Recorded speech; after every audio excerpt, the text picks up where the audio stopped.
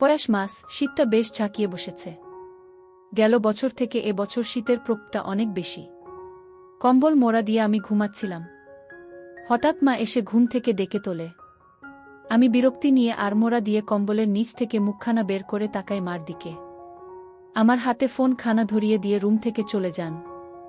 আমি হ্যালো বলতে ও প্রান্ত থেকে তার মেজ খালার কণ্ঠস্বর শুনতে পেলাম। হ্যালো আসিফ। জবি খালা আসিফ বলছি। সুমাইয়া সুমাইয়া। বাবা আসিফ, খবরের কাগজে দেখতে পেলাম তোর ইউনিভার্সিটি বন্ধ। এক কাজ কর না, এই বন্ধে তুই রংপুরে সুমাইয়া আমার খালাতো বোন, ওখান থেকে ঘুরে আয়। ঢাকায় ফেরার পথে তোর সাথে সুমাইয়া আর আমার নাতিটাকে নিয়ে আসবি। অনেক দিন ওদের দেখি না। কটা দিন থেকে যাবে ঢাকায় আমাদের সাথে? আমি একটু চিন্তা করে ঠিক আছে খালা, আমি যাব। কবে যেতে হবে? তোর সুবিধা মতো 2-3 দিনের মধ্যে গেলেই চলবে। ঠিক আছে খালা, তুমি কোনো চিন্তা করো না। আমি কাল পরশু রওনা হয়ে যাব রংপুর। তুমি সুমাইয়া আপুকে বলে দেও আসছি। ফোনটা রেখে আসিফ বাথরুমের দিকে হাঁটা দেয় ফ্রেশ হবে বলে। ঢাকা বিশ্ববিদ্যালয়ের ফিন্যান্স বিষয়ে অনার্স পড়ছে আসিফ। আসিফের তেমন কোনো ব্যস্ততা নেই পড়াশোনার চাপ। তার উপর ঢাকা ইউনিভার্সিটি অনির্দিষ্টকালের জন্য বন্ধ ঘোষণা করেছে রোকেয়া হলের এক ঘটনাকে কেন্দ্র করে। সারাদিন বাসায় ঘুমিয়ে অলস সময় কাটছে তার। সকালের নাস্তা করে আসিফ কমলাপুর রেল স্টেশনে চলে যায় রংপুর যাবার টিকিট কাটতে। আসিফদের কাজিনদের মধ্যে সুমাইয়া বেশ সুন্দরী। বিয়ের আগে সুমাইয়ার অনেক ভালো বিয়ের প্রপোজাল এসত।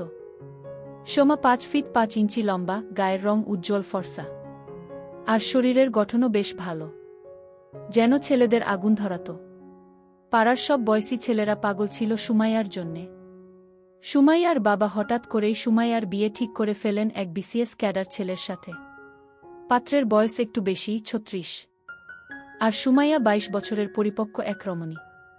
14 বছরের গ্যাপ খুব একটা বড় সমস্যা হয়ে দাঁড়াল না সুমাইয়ার পরিবারের কাছে। কিন্তু সুমাইয়ার ওই বিয়েতে একদম মতো ছিল না। ভাগ্য নাকি নিয়তি, সুমাইয়ার বিয়ে হয়ে যায় সেই বিসিএস ক্যাডার ছেলের সাথে। সুমাইয়ার হাজব্যান্ড মুনির সাহেব খুব ভালো মানুষ। মুনির সাহেব এখন রংপুর জেলার জেলা প্রশাসকের দায়িত্বে আছেন। বর্তমানে সে ট্রেনিংয়ে 8 মাসের জন্য দেশের বাইরে গেছেন। বিয়ের পরের বছর সুমাইয়ার কোল জুড়ে আসে ফুটফুটে একটি ছেলে সন্তান। দেখতে দেখতে ছেলেটা বড় হয়ে যায়। নাম রাখে শাবাব। শাবাব এখন ক্লাস 2তে পড়ে। শাবাবের এখন বার্ষিক পরীক্ষা চলছে, শেষ হবে কদিন পরে।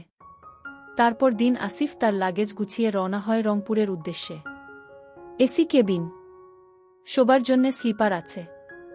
বেশ আরামদায়ক জার্নি, তবে অনেক লম্বা সময়। দেখতে দেখতে 12 ঘন্টা চলে গেল। সকাল 11টার দিকে আসিফ রংপুর রেল জংশন স্টেশনে পৌঁছাল গেল। আসিফের জন্যে সুমাইয়া রেল স্টেশনে গাড়ি পাঠিয়েছিল আসিফকে রিসিভ করতে। আসিফ আগে কখনো রংপুর আসেনি। নতুন শহর, তার উপর আবার প্রচণ্ড ঠান্ডা পড়েছে। নতুন পরিবেশ, নতুন শহর দেখতে দেখতে আসিফ জেলা প্রশাসকের বাংলোত চলে আসলা। বাংলোটা বেশ অনেকখানি জায়গা নিয়ে করা হয়েছে। পুরো বাংলোটা প্রাচীর দিয়ে ঘেরা। বাংলোর সামনে সুন্দর সুন্দর বাহারি রকমের ফুলের বাগান করা হয়েছে। বাংলোর চারপাশে সারি সারি বিভিন্ন রকমের ফলের গাছ। পাখির কিচিরমিচির শব্দ।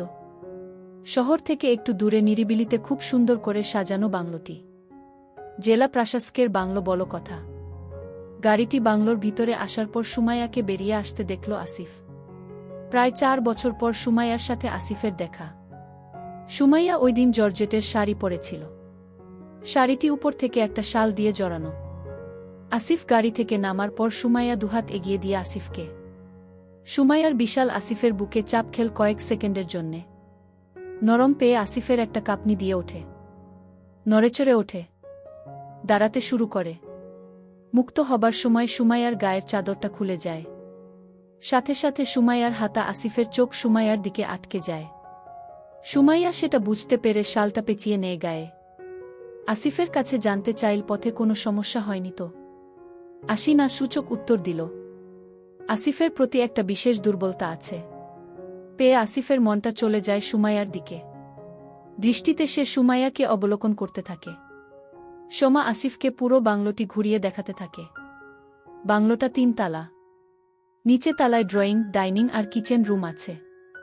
দোতলায় মাস্টার বেডরুম ও আরও 3টি রুম আছে। সবগুলো রুম বেশ বড় বড়।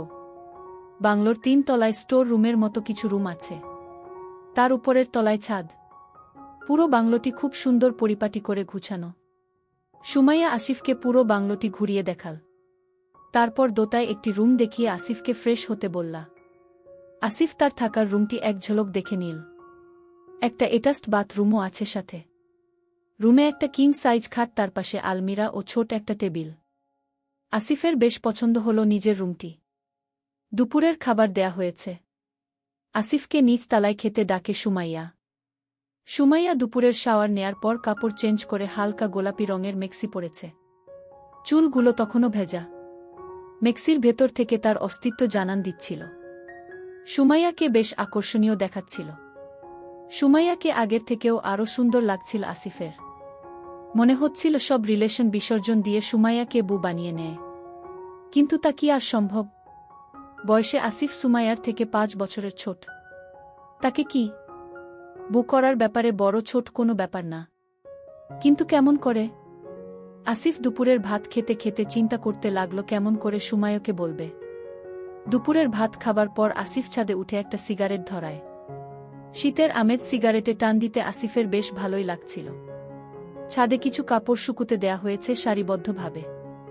তার মধ্যে একটি কালো রঙের। আসিফ বুঝতে পারে এগুলো সুমাইয়ার। আসিফ ছাদের চারপাশটা দেখে নিয়ে হাতে নেয়। কাপ দুটি বিশাল। আসিফ অনুমান করার চেষ্টা করে সুমাইয়ার কত বড় হতে পারে। সকালে সে পেয়েছিল। নাকের কাছে নিয়ে সুমাইয়ার গন্ধ খুঁজতে থাকে আসিফ। পাশে একটা হ্যান্ডট্যাগ দেখতে পায়। 100% কটন। এক ধরনের ফ্যান্টাসি কাজ করতে থাকে তার মধ্যে। সেমি ট্রান্সপারেন্ট, একই সাথে স্টাইলিশ। পরলে সুমাইয়াকে না জানি কতটা সুন্দরী লাগে। আসিফ সেটা চিন্তা করতে করতে উপর ঘষতে থাকে। হঠাৎ সুমাইয়ার গলার আওয়াজ শুনতে পায় আসিফ। আসিফ দ্রুত আগের জায়গায় রেখে দিয়ে ছাদের রেলিং এর একপাশে সরে আসে। সুমাইয়া হাতে চায়ের কাপ আর এক হাতে একটা মোবাইল ফোন। চায়ের কাপ আর মোবাইল ফোন আসিফের দিকে এগিয়ে দিয়ে বলে, দেখ তো আসিফ, আমার মোবাইল ফোনটা বেশ স্লো হয়ে গেছে। কিছু করতে পারিস কিনা?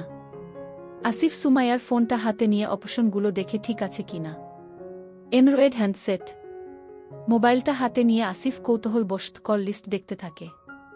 রাত 2টার সময় মুনির ভাইয়ের পিএস কোনো সুমাইয়াকে ফোন করবে। আসিফ কল ডিউরেশন দেখে প্রায় 25 মিনিট কথা হয়েছে। দিনে আরও বেশ কবার। সন্দেহ হয় আসিফের।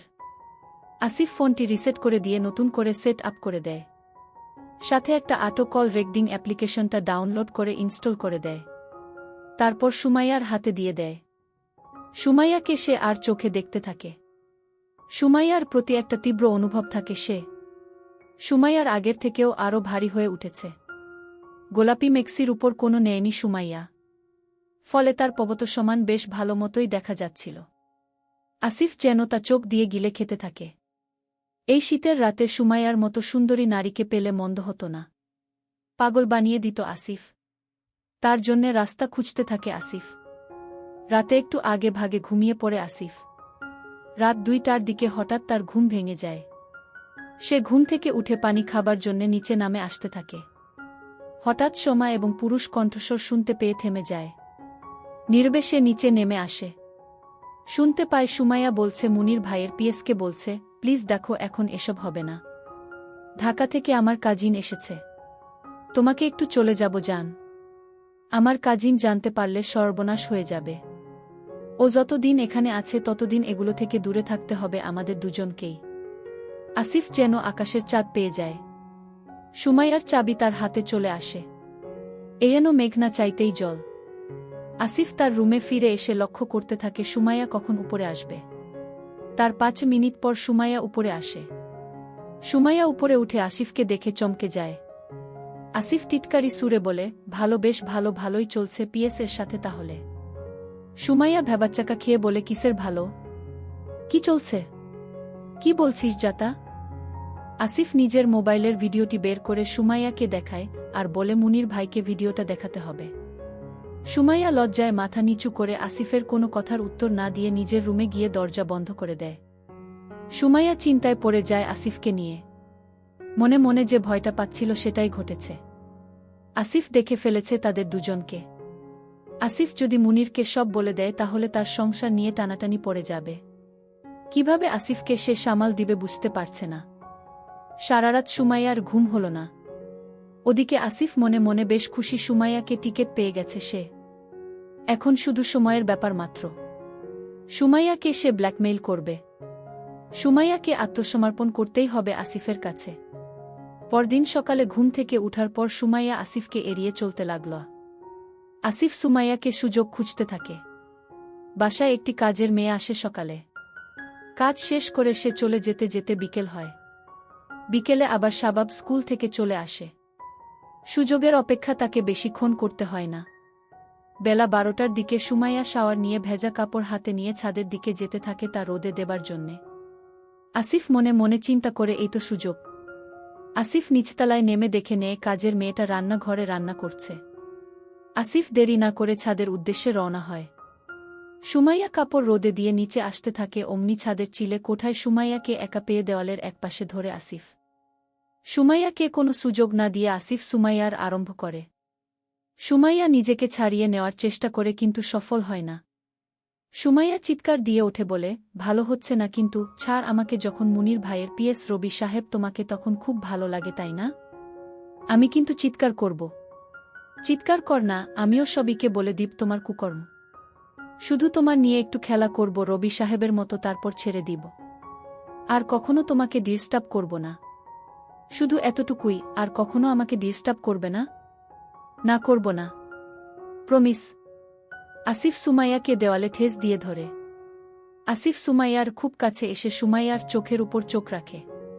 সুমাইয়া ও আসিফের আই কন্ট্রাক্ট হয়। সুমাইয়া আসিফের চোখে চোখ রাখতেই হায়ানার ক্ষুধার্ত চেহারার প্রতিচ্ছবি দেখতে পায়। যেন তাকে চোখ দিয়ে আসিফ। সুমাইয়ার অসহায় চোখ দুটির দিকে তাকিয়ে আসিফের একটুও করুণা হল না। সুমাইয়া আসিফের চোখ থেকে নিজের দৃষ্টি সরিয়ে নেয়। মুখটা নিচু করে অন্যদিকে ঘুরিয়ে নেয়। আসিফ দুহাত দিয়ে সুমাইয়ার, আসিফের দুই হাত সুমাইয়ার বিশাল কিন্তু পারে না। তার হাতের পাঞ্জার থেকেও সুমাইয়ার বেশ বড়। আসিফের হাতের আঙ্গুলগুলো যেন পারদর্শী। তারপর জনে জনে সবাইকে জানাব। তখন তোর সংসার কেমন করে টিকে সেটা আমিও দেখব। আমি যদি দেই তার কি গ্যারান্টি আছে? তারপরও তুমি আমার হাজব্যান্ডকে বলবে না? এই তো সুমাইয়া লাইনে আসছে। আমি তোমার পেলে কাউকে কিছুই বলবো না। তবে কি? শুধু তোমার হাজব্যান্ডকে জানাবো মানে? ক্রোধ আর রাগান্বিত কণ্ঠে সুমাইয়া জানাতে চাইল। মানে খুব সোজা, আমি যতদিন রংপুর আছি ততদিন আমি তোমাকে এমনটি। আসিফের থাপ্পড় খেয়ে সুমাইয়ার মাথায় চক্কর খেল। আসিফের কথাগুলো যেন তার থেকেও বেশি তাকে তেজ করে দিল। সুমাইয়া ফাটামতো চুপসে যেতে থাকল। আসিফ সুমাইয়ার সবচেয়ে দুর্বল জায়গাটার মধ্যে ছুরি দিয়ে আঘাত করল। সুমাইয়া মনে মনে ভাবল, আজ এই জঘন্য কাজটা তাকে করতে হবে শুধু তার ভুলের কারণে। রবির সাথে তার সম্পর্ক তা আসিফ জানে এবং তার হাতে প্রমাণও আছে। আসিফ তাকে ব্ল্যাকমেইল করছে। সুমাইয়া বুঝতে পারল সুমাইয়া হাতে আর কোনো পথ খোলা নেই নিজেকে আসিফের কাছে বলিদান করা ছাড়া। আসিফ হায়ানার মতো তার চুপ করে অসার দেহে সিঁড়িতেই দাঁড়িয়ে রইল সুমাইয়া। আসিফের সুমাইয়ার মনের ভাষা বুঝে নিতে দেরি হল না। আসিফ ছাদের সিঁড়ির উপরই ভাগে নিয়ে সুমাইয়াকে দাঁড়া করাল। ছাদের সিঁড়ি ঘরের দরজাটা খোলা থাকার সুবাদে দিনের আলোতে সুমাইয়াকে সে ভালোমতো দেখতে পাচ্ছিল। সোমা গার নীল রং, তার মধ্যে ছোট ছোট গোলাপ ফুল আঁকা প্রিন্টের পড়েছে। আসিফ সেটা খেয়াল করে মনে মনে ভাবল, এই মেক্সির ভেতরে আছে আরও সুন্দর একটি তাজা গোলাপ। ভ্রমর হয়ে সে সুমাইয়ার মিষ্টি সুবাস নিবে আর মধু আরোহণ করবে।